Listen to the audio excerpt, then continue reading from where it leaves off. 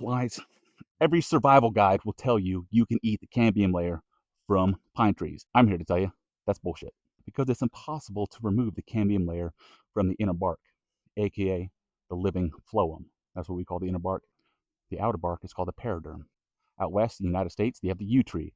It's an evergreen conifer, super dense, unlike a pine tree, but also has pine-like needles. That'll kill you. So make sure you have pine tree locked down for sure. Out here in western North Carolina, we have a ridiculous amount of white pines, and that is a go-to. Welcome to Things I Got Wrong. There's been a small list of things that I've learned over time that I was taught by someone reputable that was incorrect. This is one of them. Cambium layer from pine is edible. While it's not false, it's really not fully true. I don't think I've actually taught how to do this specifically, but if I did, just in case, I'm going to cover it. Now, cambium layer isn't specific to all growing green things, like grasses, not so much. Some vines, all trees, and shrubs have a cambium layer. That's important. It delivers nutrients to the tree. It's also high in sugars, carbohydrates, vitamins, some minerals like calcium and magnesium, I believe. Vitamin C, it's packed with. And lastly, fiber. Super important. And on top of that, pine is available year round. So on this tulip poplar here, you can see the periderm. It's decaying, it's falling apart, which is why it's a great example. So the periderm is the outer bark, right? Get rid of that, get rid of that. And when you're making tulip poplar tinder, this is what you would do. You're getting rid of this outer layer. And behind it is all this fibrous stuff that we really, really like for tinder. But in this case, we're going to use this as an example of the inner bark or living phloem. Before this tree died, it had cambium between here and the actual wood of the tree.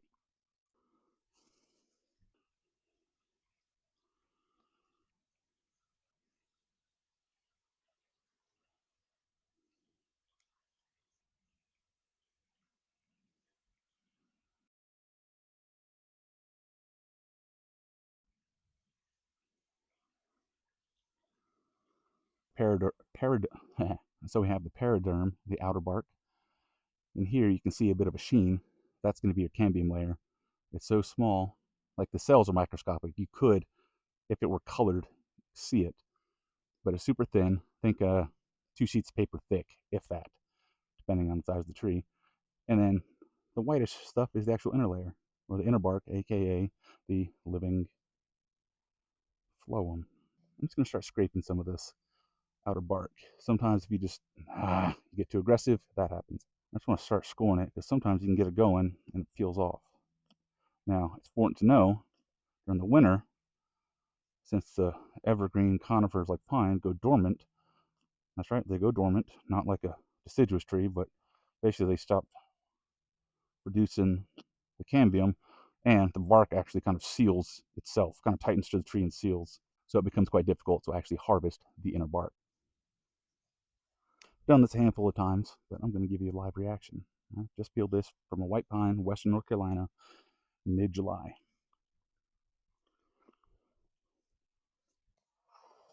Oh, oh.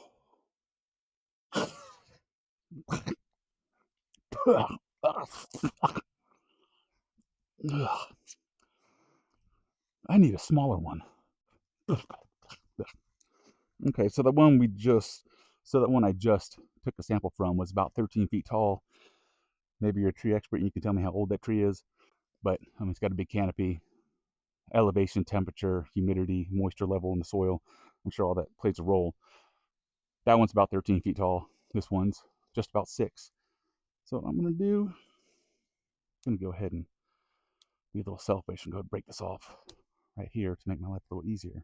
The resin from this is antiseptic, not technically the sap. The sap may be, I don't know. So when I break the branch off, sometimes you can get away with barely using your knife. Oh, yep, there we go. I just pulled, and this whole thing, the whole sheath came off as a sheath. So now I can just grab it. It all comes off like so.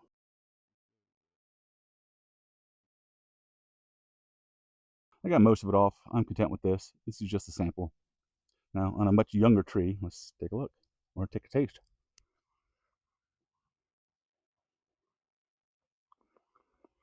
No, definitely very piney, but it's on that cusp of like, it's getting kind of gross, but it's definitely palatable, bearable.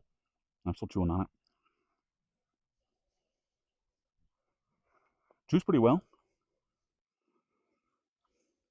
Pretty potent. I feel like it's actually good for freshening your breath if you like to gargle with pine sol. If you're going to try this, I would recommend gathering whatever you're going to gather, cutting it into little slivers, like size of the width of a spaghetti noodle, and frying it up in some oil, or at least boiling it to soften up the fibers. I think that would be a lot more palatable. If you know anything about me and this channel, I'm really about things you can grab and go on the go. I'm not talking long-term survival. Generally, I don't talk on that. It's generally medicine and food you can harvest right here, right now, and use right here, right now.